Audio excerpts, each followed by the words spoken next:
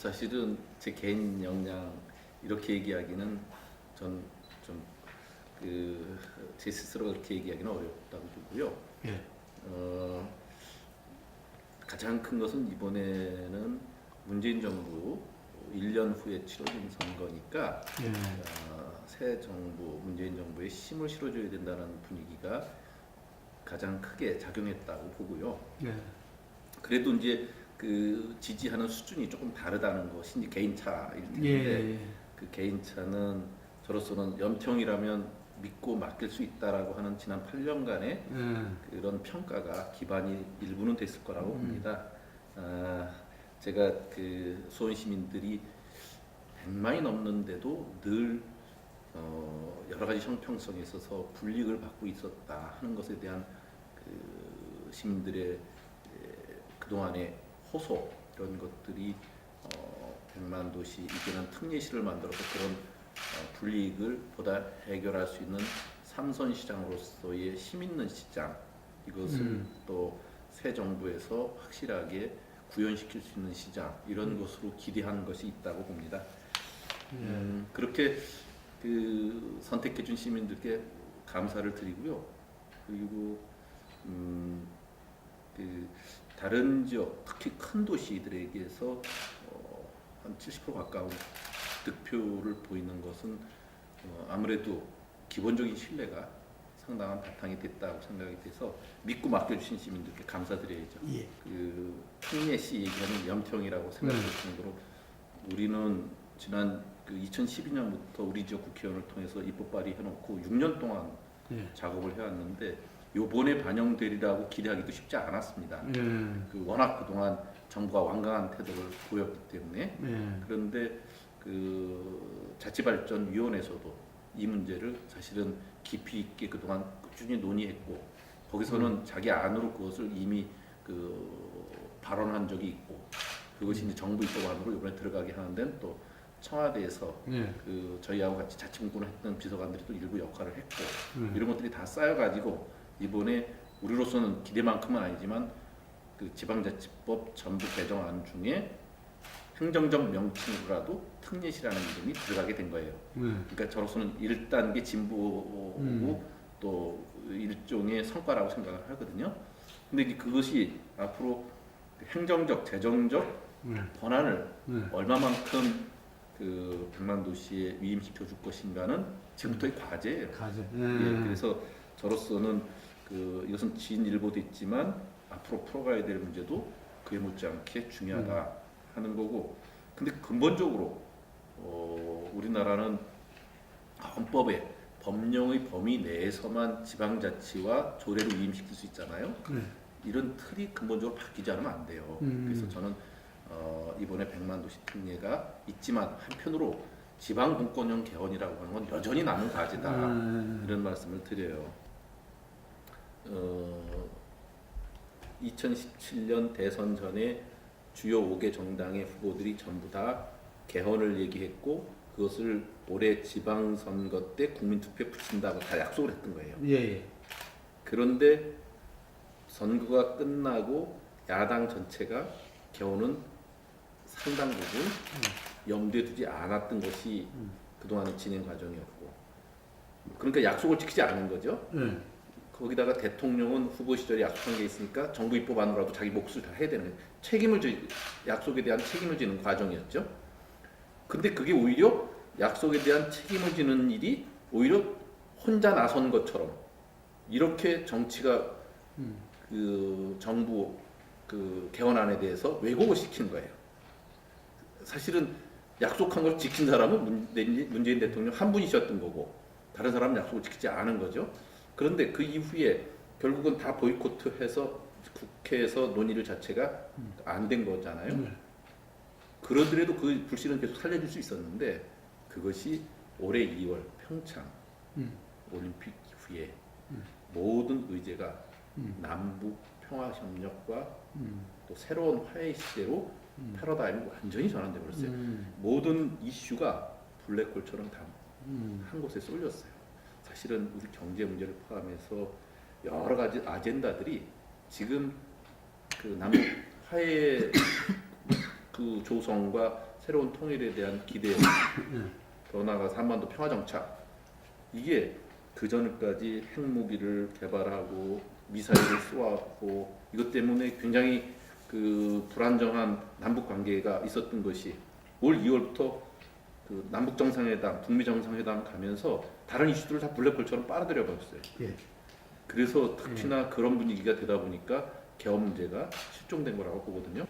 어느 경우든지 여당은 대통령 주임 문제로 가고 야당은 네. 권력 분점형 체제로 제기를 했어요. 그렇잖아요. 맞죠. 그러니까 이것을 해결하는 건 정치 구조상에서 지금 현 정치 역학상에서는 불가능해요. 그 합치하는 건. 그래서 저는 그때마다 중요한 건 지방 정부에서 배우라는 거예요. 이견이 있을 때는 집단 지성의 힘이나 사회 공론화 강국으로 해결하자는 거예요. 정치인들은 어차피 국민을 대변하는 건데 이 사람은 정치 이해관계로 그걸 합의할 수가 없어요. 그래서 이상수 전 장관 같은 경우가 국민참여형 개헌 이런 걸 얘기하는 거거든요. 주요하게 이슈가 되는 것들이 쟁점으로 정치가 부딪혀서 한 발짝도 못 나가면 사회 공론화기 뭐 국민 참여 방식으로 이것을 크게 가닥을 잡자는 거예요. 그게 아니면 사실은 정치끼리 합의해서 권력 분점 어떤 형태든지 최종적으로 합의가 되겠어요? 거기 더군다나 권력 분점형에서 아직까지 국민들은 대통령제와 의원내각제 중에서 또 다른 형태의 이원 문제를 포함해서 다른 형태에 대해서 익숙하지 않으니까 대통령제를 제일 많이 선호해요. 맞습니다. 그러니까 그거는 국민들이 가장 그 시점에 가장 많이 중지를 모을 수 있는 걸로 결정하면 되는 거 아닌가? 저는 그런. 사실은 이것은 우리나라에서만 처음 있는 게 아니고 일본 같은 경우는 이미 그 상당 부분 진행해 온 거거든요. 네. 정령 지정시라고 하는 제도로. 지정시. 예. 예. 우리하고 우호도시 관계에 있는 사이타마시도 그 대상이 되는 시로 거기에 상당한 경험을 우리는 이미 알고 있어요. 예. 현안에 시가 있습니다. 일본에 그 시가 100만급 되면 이 시는 독립적으로 운영 다 할 수 있게 해줘요. 현이 전혀 관여를 하지 않아요. 대신 그 시와 주변 시가 같이 협력해야 될 사업들, 도로망 확충이라든지 문화적인 사회 연대라든지 이런 것만 관여를 해요. 같이. 지금처럼 우리가 도에서 부시장을 파견하는 게 아니라 부시장도 독자적으로 다 뽑고 예산 재정권도 다 같이 갖고 있어요. 독립적으로. 그게 보충성의 원칙이에요. 기초 단위가 되는 지정시는 그 지정시가 할 수 있는 일은 절대 현에서 간섭하지 않아요. 그게 보충성의 원칙이라고요. 기초지자체가 할 수 있는 일은 다 기초지자체가 하고 그 못하는 일만 광역이 하는 건데 우리처럼 광역이 모든 일을 선도하고 기초지자체는 거기 맞춰주는 식이면 우리 100만급 도시에서는 안 어울리는 거예요. 이미 이 100만급 도시는 광역시로 가 있어서 이미 그렇게 다 하고 있잖아요. 대비해 보면 울산과 수원 보면 수원이 인구도 많고 인프라가 부족합니까? 인적 자원이 부족합니까? 오로지 권한만 안 준 거예요. 그건 비효율이죠. 더 이상 이렇게 갈 수가 없는 거라고요. 그래서 우리 시민들로 보면 어떤 부분이 나으냐. 우선 울산시와 수원시는 예산이 울산이 2배고 공무원 수가 2배예요. 그러면 시민이 받을 복지 서비스도 절반밖에 안 되는 거고 행정 서비스도 그만큼 더 불편한 거죠. 근데 수도권에 있다는 이유만으로도 다 이렇게 옥죄인 거예요. 그러니까 시민들로 보면 우리가 이전에 광역시가 됐으면 도세로 내는 거를 다 우리가 써야 되는 거예요. 그렇죠? 근데 우리 같은 경우는 6천억의 도세를 내는데 매년 2천억 안팎을 갖고 와요. 그게 절반만 더 와도 시민들을 위해서 100억짜리 도서관을 20개를 1년에 더 줄 수 있는 예산이에요. 그럼 수민시 시민들이 받는 피해는 엄청난 거네요. 지금 그 불이익이 너무 큰 거예요. 그럼 잘 모르고 있을 수도 그렇죠. 있겠네. 그러니까 울산 시민 1인당 받는 사회복지비 비용이 그 울산시 같은 경우는 혜택이 1인당 140만 원 수준인데 우리 시는 기초지자체로 있다는 이유만으로 68만 원 수준이에요. 절반이 안 돼요. 얼마나 불이익한 예산 자체로 반밖에 안 된다니까. 그러니까 1인당 돌아가는 복지비 비율의 혜택이 그 정도밖에 안 되는 거예요. 우리 행정 서비스를 보면 공무원 2명이 해서 처리할 일을 1명이 처리해요. 그것도 직급이 하나씩 다 낮은 단계에서. 예. 공무원들이 자긍심 갖고 일할 수 있는 처지가 되겠어요? 굉장히 힘든 열악한 그 행정 그 서비스를 시민들은 감수해야 되는 거예요. 네. 이건 온당하지 않죠. 사회정의 차원에서도. 알면은 난리 나겠는데 지금 네, 그런 잘 거예요. 모르니까 네. 넘어가고 있는 거지. 그래서 이런 불이익과 형평성에서 차별은 해소해 주는 게 이 정부의 역할 아니에요. 요즘 같은 청와대 청원감으로 청원감이. 그동안 그래서 이제 특례시비에서 우리 끊임없이 그런 노력을 했던 건데 예. 다행히 수원 외에 창원, 고양, 용인까지 4도시가 되다 보니까 그러니까 예. 이것도 또 굉장한 이제 기본 그 국민 숫자가 된 거예요. 예. 하지 않을 수가 없었고 또 100만 도시급이 곧 되는 성남 예. 그리고 지역 중에서도 청주나 전주 같은 광역시가 그 도도 안에 없는 도시들의 거점 도시는 이 역할이 필요한 거예요. 저는 100만 도시를 일단 하지만 곧 성남이나 그 청주나 전주가 특례시 범주에 들어가야 된다고 봐요. 그건 지방자치를 활성화시키고 분권을 제대로 하기 위한 꼭 필요한 일이에요. 일본이 바로 그렇게 돼 있거든요. 그리고 사실 청주나 전주 같은 경우도 다른 데로 보면 그 광역도 안에서 그 옆에 있는 지자체들을 합쳐갖고 광역시를 만들어서 특별한 거점 역할을 하겠잖아요. 네. 지금 근데 거기만 없는 거예요. 충남은 대전이 있고 맞아요. 전남은 광주가 있고 다 그렇게 있는 거예요. 그러니까 좀 역차별이. 예. 그러니까 저는 전주시장, 청주시장이 바로 이런 문제에 같이 할 수 있어야 된다고 생각하고 그분들 똑같은 생각을 할 거예요. 그게 한국의 지자체, 분권, 지방자치를 제대로 하는 길이에요. 우리가 막혀 있는 저성장, 저출산, 그 저고용 모든 문제는 현장에서 풀어야 돼요. 현장에서 풀기는 현장의 권한을 더 주는 방법밖에 없어요. 우리가 그 예를 하나 들까요? 지금 국가는 저출산 문제를 해결하기 위해서 140조를 썼다는 등 얼마를 썼다는 등 엄청난 그 예산을 쓰고 예. 그렇지만 저출산은 절대 효과가 없잖아요. 더 내려. 그렇죠. 제가 재미난 조사를 했어요. 우리가 이제 미래기획단이라고 해서 인구가 이렇게 줄고 저출산과 고령화가 심각해지는데 시의 미래기획단. 예, 거기서 쭉 검토를 했더니 아주 재미난 데이터가 있어요. 연봉 7천만 원 이상 되는 데는 출산율이 0.6 수준이에요. 그 3천에서 7천 정도는 0.8이나 0.9 정도예요. 3천 이내는 1.34 수준이에요. 무슨 얘기냐면 지금 우리나라 연봉, 연소득과 출산율은 반비례예요. 그 얘기는 아이를 낳는 가정이 굉장히 어려운 여건 속에 있다는 거예요. 근데 우리 지역에 돌아와서 지금 한 명을 더 낳아서 8명이 된 자녀가 있는 가정이 있는데 제가 7명 자녀일 때 임산을 했을 때 그때 가정을 가봤더니 500만 원 보증금에 20만 원 월세를 좀 살아요. 반지하에 살아요. 8평짜리인데 거실 겸 부엌이 있고 그 다음에 조그만 방 하나가 애들 방 그보다 좀 더 못한 데가 부모 방이에요. 그리고 아이가 7명이 있고 지금 엄마는 애가 또 불러 있어요. 근데 행복해요 가족은. 근데 부군 저 남편 그 가장이 연봉 2,500짜리 카센터를 다녀요.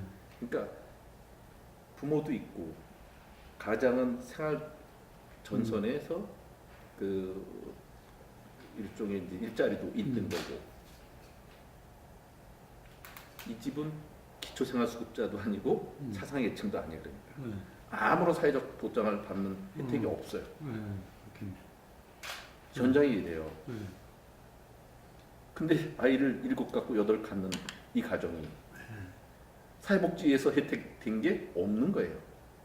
저출산 대책이 현장에 맞지 않게 이루어지고 있는 거예요. 그렇잖아요. 그래서 제가 조례를 만들고 지금 벌써 이전시켰는데 가정을 이런 집의 가정은 아이 5 이상 난 가정 우선 1차적으로 우리 지역에 사는 사람들은 주택 문제를 우리가 다 해결한다.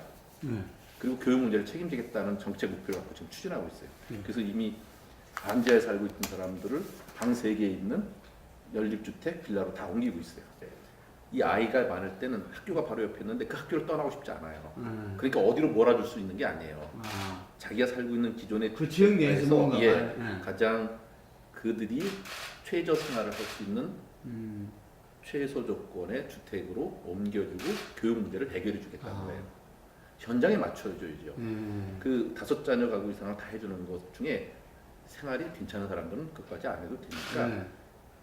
지금 이렇게 살고 있는 사람들 상당 부분이 아주 어려운 여건 속에 있는데 예. 사회적 보장제도 안에서 제외되어 있는 거예요. 그것도 실태 조사를 다 예. 하셨더만요. 예. 네. 그래갖고 200가구 정도는 적어도 앞으로 3, 4년 이내 우리가 만들겠다는 거예요.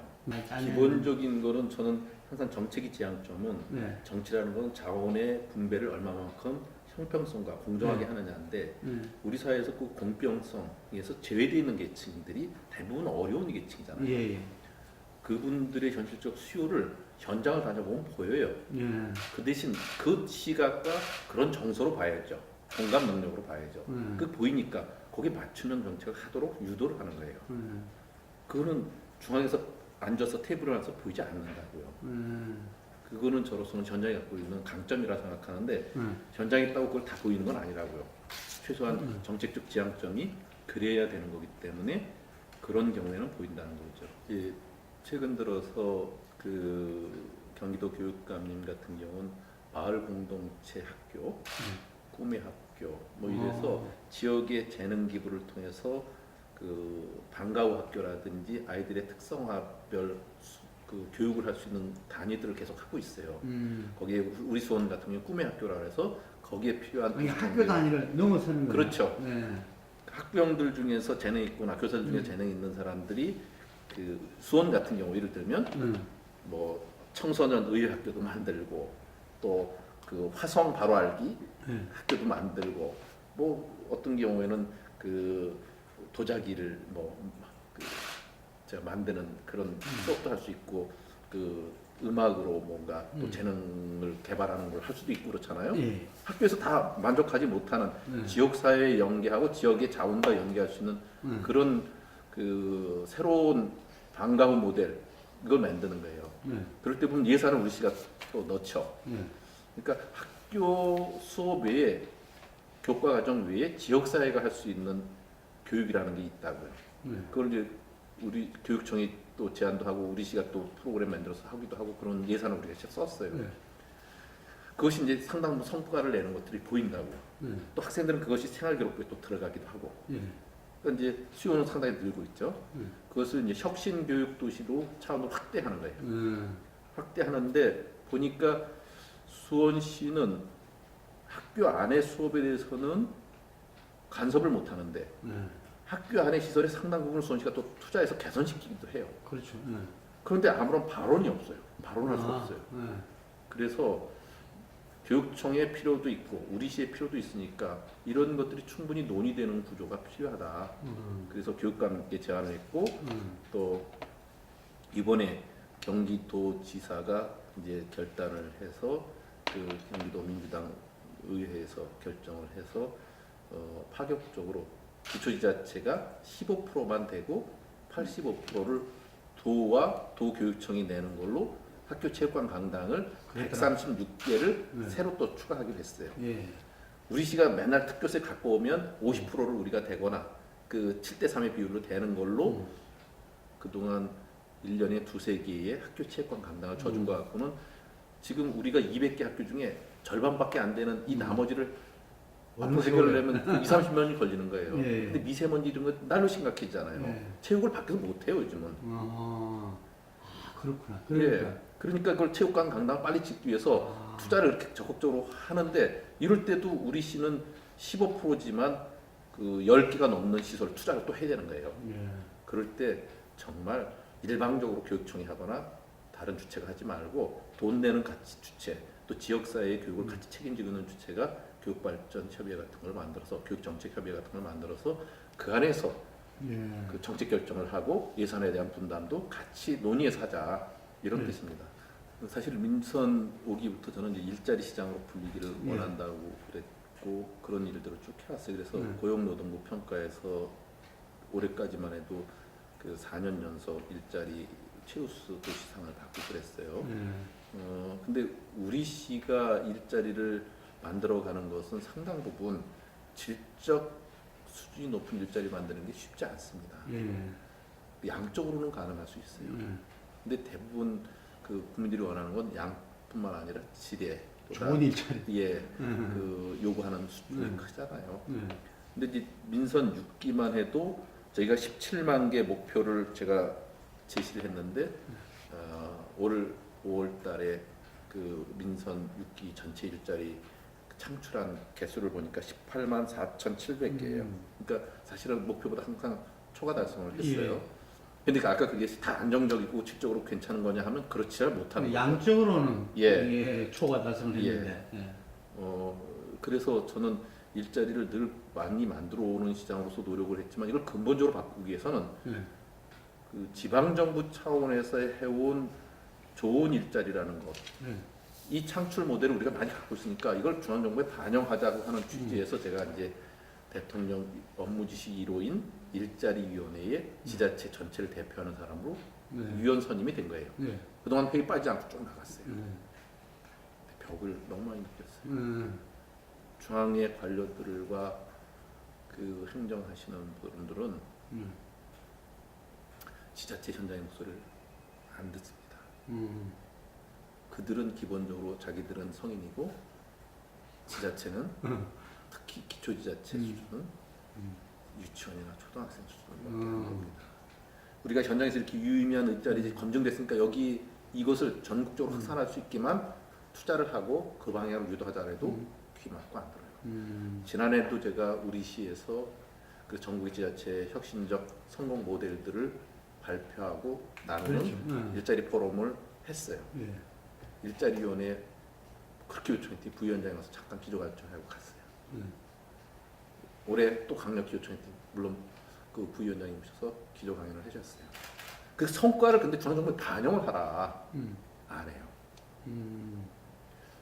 사실 공공적 영역은 일자리 창출하는 거에 마중물 역할이지 그걸 다 만들 수는 없어요. 그렇죠. 그건 민간에서 어차피 할 일이에요. 예. 근데 공공에서 하면서도 지역에서 의미 있는 일자리를 투자해주면 청년 고용의 상당 부분과 저희로서는 인생 이모작이라고 하는 신중년에 대한 일자리의 상당 부분의 성공적 모델을 만들 수가 있어요. 근데 이걸 대통령이 모릅니까? 제가 그렇게 얘기해도 대통령께 직접 얘기하는 게 아니고 대통령이 발언 참석하는 그 일자리위원회는 지금까지 두세 번 있었어요. 대통령 1시간 오시면 그때 짜여진 프로그램대로 가는 거죠. 아니 근데 청와대 지방자치 비서관이나 이런 분들 다 옛날에 같이 일했던 분들이잖아. 사실 일자리 수석도 정태호 수석이고 그러니까, 거기에 이제 그 많은 사람도 저하고 이해관계가 그 이해를 같이 하는 사람들이 있지만 결국은 그 중앙부처에 예산을 세우고 그걸 갖고 일종의 공공 일자리를 만드는 사람이 중앙정부 시각으로 경찰 몇 명, 소방관 몇 명 이렇게 나가요. 알잖아요. 그분들도 중요하겠죠. 근데 그건 확산 모델이 안 돼요. 중앙적 공무원을 만들어 놓는 거죠. 그래서 그것 때문에 비판도 많이 받잖아요. 그렇죠. 근데 우리는 그 일자리라는 게 다양하고 성공적 모델들은 주변으로 확산할 수가 있어요. 그거로 인한 그 일종의 그 선순환 구조를 만들 수 있는 걸 갖고 있는 거예요. 하나만 좀 사례를 좀 이야기해 주시죠. 제가 그걸 많이 얘기하는 것 중 하나 대표적으로 얘기하는 게 요즘은 학교로 가면 아이들이 이성 문제, 왕따 문제, 성적 문제, 부모하고 갈등 문제 이것 때문에 자살하기도 하고 또 사회적으로 이탈되기도 하고 그래요. 옛날에는 다쳐가지고 그 다친 것을 치료해주는 양호교사가 있었어요. 근데 지금 양호교사가 물리적으로 다치는 것보다도 이렇게 학교 안에서 받는 아이들의 상처가 심적 상처가 너무 큰 거예요. 그러니까 시대 상황에 따라서 바뀌어야 돼요. 양호교사를 없애자는 게 아니라 더욱 중요한 건 심리 상담사 같은 자기에게 형, 누나, 언니의 역할을 해주면서 상담해주고 이 청소년들이 어린이들이 사회적 여러 자원들과 연계해서 자기 문제를 해결해 주게 하는 거예요. 네. 꼭 필요한 것이 제가 처음에 이걸 갖고 시장이 되자마자 구별로 한 학교에 심어갖고 네 학교에 심리상담 전문하는 사회복지사를 파견해서 해봤어요. 네. 성과가 좋아서 10명으로 넓혔어요. 그 다음에 했더니 27명이 됐어요. 그 다음에 해서 지금 57명이 됐어요. 근데 그 다음에 가서 교육청 딱 브레이크를 거는 거예요. 이건 우리 돈을 들여가지고 학교에 파견해서 하는데 그걸 쓰는 것도 학교장이 결정해야 돼요. 학교장이 안 쓰겠다면 그만 끝이에요. 근데 학교장이 썼던 교장들은 너무 좋아해요. 근데 교육청에서 왜 막았죠? 그것이 교육청에서는 지금도 많은 비정규직 일자리 때문에 골치 아픈데 시가 예산을 일부 대더라도 언젠가는 자기들한테 고용을 해야 될 정규직의 부담으로 다가온다는 거에서 그렇게 하지 않았다. 의미가 있는 지자체가 그걸 대구도 할 수 있으니까 제도화만 시켜달라. 근데 이 사람들이 처음에는 이제 2년 이상 되면 또 고용직화해야 되는 정규직화해야 되는 부담이 있으니까 2년 되면 무조건 잘라야 돼요. 이 학교에서 아이들 상담하다가 내년 되면 2년 되면 무조건 다른 학교 가야 돼요. 그렇지 않으면 고용도 안 되는 거죠. 얼마나 웃겨요. 그것도 문제라. 그래서 그동안 이제 싸워서 그 한 학교에서 5년까지 있기는 했어요. 근데 지금도 여전히 시가 1년 단위 계약을 해야 될 비정규직이에요. 그 올해 남북 화해 무기의 마중물 역할은 우리 시가 평창 올림픽의 여자 아이스하키 단일팀의 문제를 해결해줘서 그 출발이 됐다는 거 아시나요? 예, 이건 알죠. 이 문제는. 예. 네. 사실은 중앙정부는 국가대표는 운영할 수 있어도 실업팀은 운영할 수는 없는 거예요. 그 지자체하고 그 윈윈할 수 있는 전략이죠. 예. 중앙정부가 못하는 일 지방정부가 해주는 거예요. 예. 어쨌든 남북 화해 물꼬를 틀 때 우리가 할 수 있는 일이 그거라면 우리 과감하게 했어요. 그렇잖아요. 그래서 지금 남북 화해 창단돼서 운영되고 있습니다. 그럼요. 그 저기 2월달 일인데 예. 우리는 그 2월달 평창 올림픽 때문에 결국은 남북 단일팀인 여자 아이스하키 팀을 응원하기 위해서 북한의 제2인자 김여정이 왔고 그로 인해서 남북 정상회담과 북미 정상회담까지 간 거 아니에요. 예. 그게 없었으면 지금 이루어질 수가 없었던 거 아니에요. 예. 근데 그건 여자 아이스하키 팀이 물꼬를 턴. 예 요즘 케미 맞아가지고 그야말로 그 감동의 스토리를 만들어낸 거 아니에요. 네. 그전엔 자기가 기회를 잃어서 배척해야 되는데 자기 기회는 살리고 이후에도 보장이 돼갖고 하나가 됐잖아요. 예. 그건 우리가 만들어준 거 아니에요. 그리고 약속을 했고 그 약속을 지켜서 지금 선수들이 다 선발이 돼서 선수촌에 입촌해서 우리 수원 선수촌에서 지금 훈련을 하고 있어요. 네. 약속 다 지켰죠. 네. 그렇듯이 남북 화해도 중앙 정부만 잡고 있으면 안 된다고 봐요. 중앙 정부 할 일이 있고 예. 지방 정부들끼리 할 수 있는 일이 있어요. 예. 저도 근데 봤어요. 반바지를 입은 시장이 처음은 아니거든요. 처음이 아닙니까? 예, 그 2, 3년 전에 이제 서울시장도 했고 저도 그때도 했어요. 아 그래요. 예. 근데 그게 단순히 이벤트로 끝나다시피 한 거예요. 예. 근데 이제 요번에 다른 거는 올해 워낙 더웠어요. 그렇죠.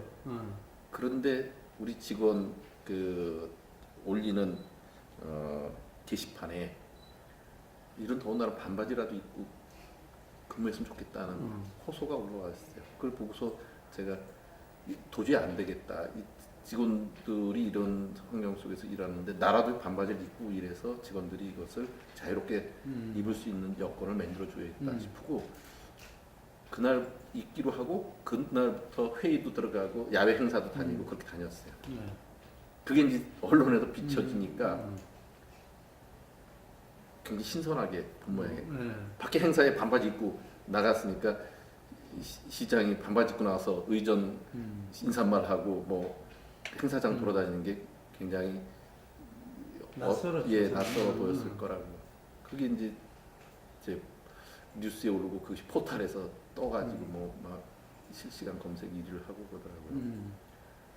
아 신선하게 바라보는구나. 근데 그걸 저는 하루 한 게 아니라 계속 해가야 되겠다 하고 한 거고 그것을 이후에 이제 우리 간부들도 직원들도 이제 많이 그렇게 따라했죠. 저는 거기서 끝나면 안 된다. 이 반바지 행정이라는 것은 상징이다. 의전 간소화를 하겠다. 그래서 행사에 가면 뭐 내빈조 축사, 인사말, 뭐 자리 배치, 뭐 여러 가지 신경이 한가지 아니에요.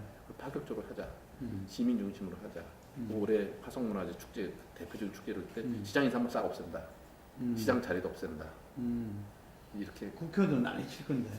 국회의원들은 그래서 오시든 말든 그건 뭐 자율이지만 그 짤막하게 영상 받아가지고 영상으로 그냥 비춰주는 걸로 하고 한 번 올라와서 얘기하면 얼마나 마이크 길어요. 잡으면 전부 다. 예. 근데 우리 지역 국회의원들이 뭐 그렇게 눈치 없이 하는 분들은 없지만 어쨌든 거기 나온 사람 시민이 주인이지 그분들이 불편하게 하는 것은 우리 하지 말자. 그게 그냥 반바지가 그게 아니었네요. 예, 그게 그래서 혁신이. 의전 간소화 사업까지 나아가고 사실은 그거 말고도 우리가 깨야 될 게 많아요. 우리 시는 그냥 하나의 기초지자체 수원시가 아니라는 생각입니다. 125만의 광역급 그 기초지자체이고 또 마천격 역할을 해야 된다는 것 때문에 한국의 자치분권의 혁신적 모델들을 우리가 끊임없이 창출해서 그것을 다른 도시에 나눠야 된다고 생각을 해요. 그런 식의 자세로 지난 8년간을 해왔는데 앞으로 남은 저에게 3년 반의 시간도 그런 자세로 가야 된다고 스스로를 채찍질하고 있고요. 그리고 지금도 그래서 좀 더 그런 역할에 부합하는 일을 저희가 끊임없이 요구받는 데서 회피하지 않으려고 하거든요. 하여튼 그 자치분권을 통해서 선진국이 되는 진정한 선진국이 되는 일을 만들 겁니다. 선진국이 자치분권을 한 게 아니라 자치분권을 했기 때문에 선진국이 됐다는 것을 제가 한국 사회의 지자체장이지만 그 성공 모델을 한국 사회를 바꾸는 일이라고 생각해서 하겠습니다.